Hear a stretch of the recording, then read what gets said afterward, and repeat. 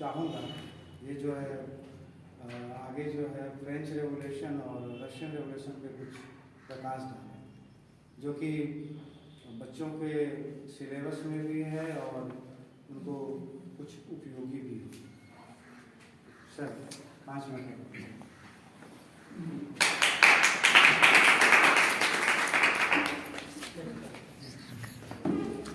देखिए,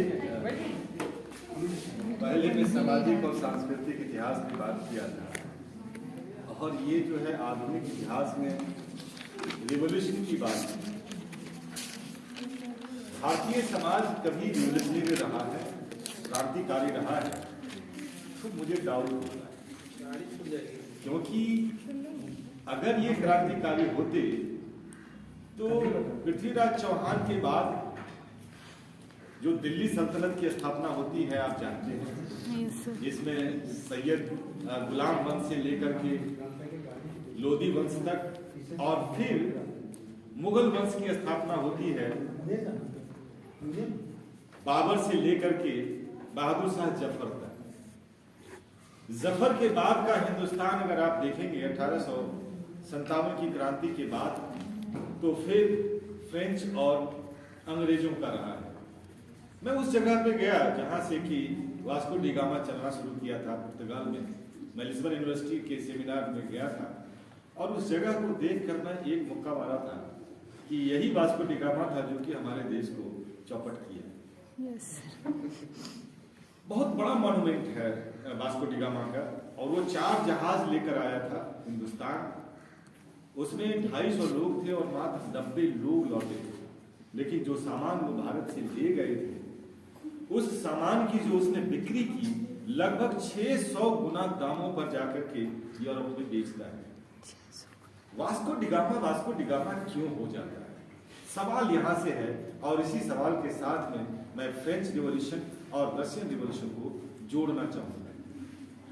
दुनिया की जितनी भी क्रांतियां हुई वो वैचारिक क्रांति हुई, और फ्रांस की जो क्रांति है, अगर आप जो इतिहास के विद्यार्थी होंगे, उसकी शुरुआत अगर आप देखें तो आप जैसे 1 लिखिए, 7, 8, 9 लिख लीजिए, 1, 7, 8, 9, 1, 7, 8, 9, दैट इज फ्रेंच रिवॉल्यूशन।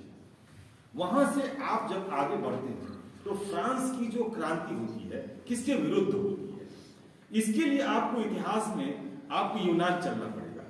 जो पॉलिटिकल साइंस के विद्यार्थी होंगे वो हॉब्स को जानते होंगे, yes, sir. लॉक को जानते होंगे, yes, और रूसो को जानते होंगे। हॉब्स ने कहा था कि जिस समय यूनान की सत्ता थी, जो कि डॉक्टर साहब ने बात की अभी, कि सत्ता द्वारा जो संचालित व्यवस्थाएं होती हैं और उसमें जब इतिहास पैदा होता है तो वह जनता की चेतना को मारने का काम करता है। हॉब्स ने देखा यूनान में कि उस समय यूनान की जो परंपरा थी, वहां पर चर्च का डोगमा था, जो पादरी थे वही सत्ता चला रहे थे, कोई राजा नहीं था। और जो वो पादरी थे, जो आपके यहाँ पुरोहित होते हैं, जिसका सीधा संबंध भगवान से होता है, हेलो भगवान जी, मैं यहाँ पर बैठा हूँ, आ जाइए, थोड़ा फूल प्रसाद चढ़ा रहे हैं, ये व्यवस्था यूनान में थी। और वो कहते थे कि गॉड, इस आदमी ने गलत किया है, इसको क्या सजा दी जाए? अच्छा आप कह रहे हैं इसको फांसी दी जाए, और उसको फांसी दे दी जाए। जो हॉब्स ने देखा कि जो ईश्वर के नाम पर किस कदर यूनान में एक आतंक मचा हुआ है, उस समय जो चर्च की सत्ता थी वो सैनिक रखते थे और भाड़े पर वो सैनिक लड़ने जाते थे। अगर आप लोग देखना चाहें तो ओल्ड टेस्टामेंट फिल्म बनी है, उसमें बहुत सारी चीजें हैं इतिहास में। वहां पर हॉब्स ने कहा कि जो ये अदृश्य ईश्वर है, उसकी जगह पे निरंकुश राजा को बिठाओ, ताकि हम ये देखें कि जो मुझे सजा दे रहा है वो कौन है। हॉब्स के बाद लॉक के पास आइए इंग्लैंड में। इंग्लैंड में जो सामंती व्यवस्था थी, जहां पर कि एक व्यक्ति सभी संपत्ति का मालिक हो जाता था, एक सामंतवाद का जो प्रचलन था, लॉक ने उसका मानव के आधार पर विरोध किया। और इसी बात को लेकर के फ्रांस में रूसो आते। रूसो कहता है कि man is by born slave, वो एक गुलाम पैदा होता है, और यहीं से फ्रांस की राजक्रांति शुरू होती है। जब मैं लुब्रो में फ्रांस पेरिस में गया था एक सेमिनार के लिए, और लुब्रो म्यूजियम को मैं देखा, जहां पर कि वो एक पेंटिंग मुझे जो प्रभावित किया था, एक बहुत बढ़िया पेंटिंग जिसमें कि एक महिला एक हाथ में बंदूक लिए हुए है, लाशें बिछी हुई है, और दूसरे हाथ में एक बच्चे को पकड़े हुए है। कहने का मतलब कि जो रिवॉल्यूशन है, जो ब्लडशेड है, जो रक्त क्रांति है, वो किस तरह से समाज को बदलती है, और सामंतवाद को बदलने में जो ये जो खूनी क्रांति है, इसने बहुत बड़ी भूमिका निभाई है।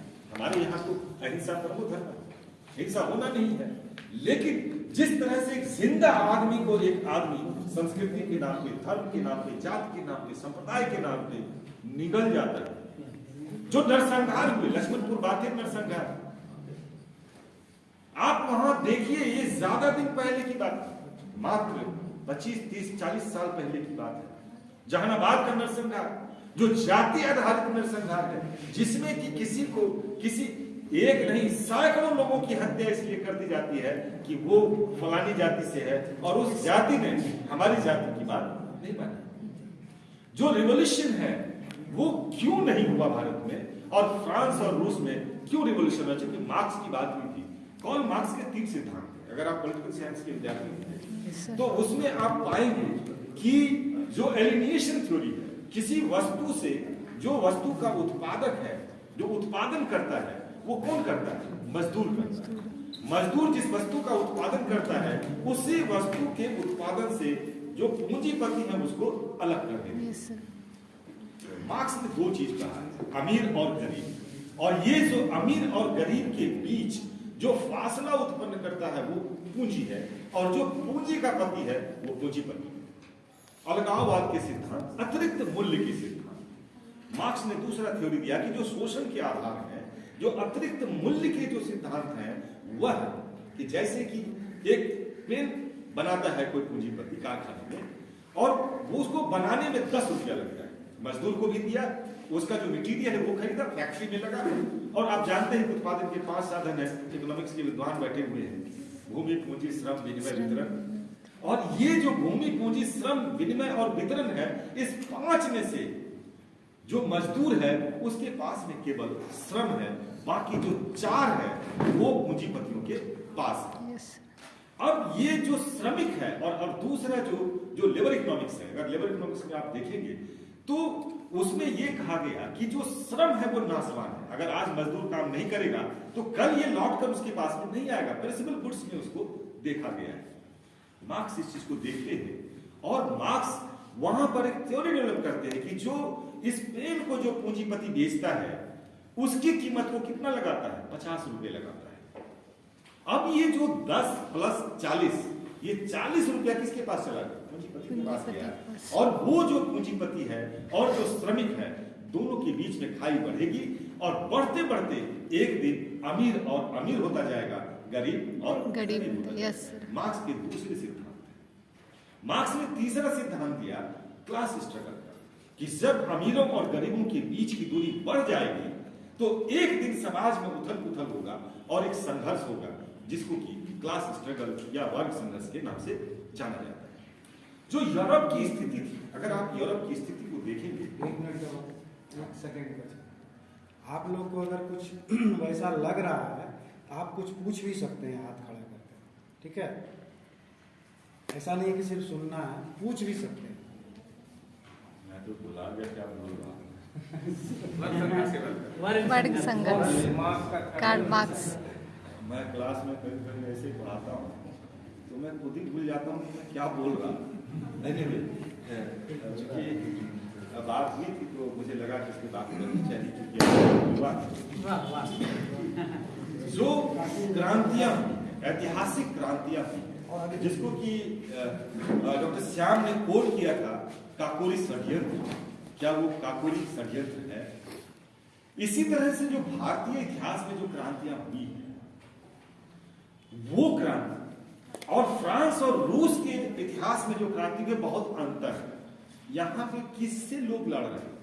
जो बाहर से लोग आए थे, अंग्रेजों से भारतीय लड़ रहे थे, और फ्रांस और रूस में लोग अपने लोगों से लड़ रहे थे। वहां जार से, रूस में जार से लड़ते हैं, बोल्शेविक क्रांति जारों के विरुद्ध होती है, और वही फिर मार्क्सवाद का जो थ्योरी था जो कि रूस में अपनाया गया और रूस में जो जो काम के अधिकार थे वो बांटे गए।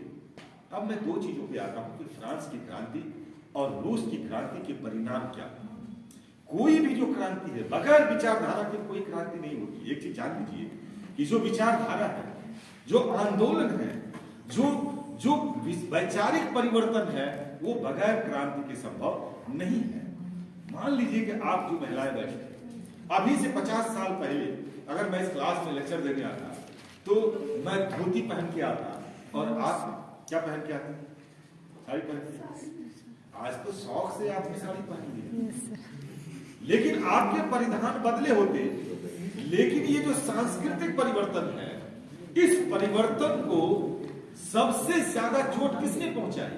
आधुनिकता ने, जिसको डॉक्टर श्याम ने जो हाशिए पर के लोगों के जो आंदोलन से उन्होंने जोड़ा, तो फ्रांस और रूस में मुट्ठी भर लोग थे जो कि अमीर हो गए, शासन करने लगे, सामंतवाद को पैदा किया और वही सामंतवाद पूंजीवाद। देखिए सामंतवाद क्या था कि जमींदार सारी जमीन उसके पास में थी, जमीन उसके पास में थी और मजदूर जो थे वो उसके अंदर में काम कर रहे थे।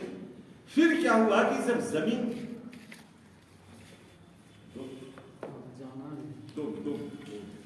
ऐसा सर का जो ये है ना इसको कंटिन्यू रखा जाएगा, फिर एक बार बुलाया जाएगा। अलग से बुला लीजिएगा दिन भर। हाँ बिल्कुल बिल्कुल।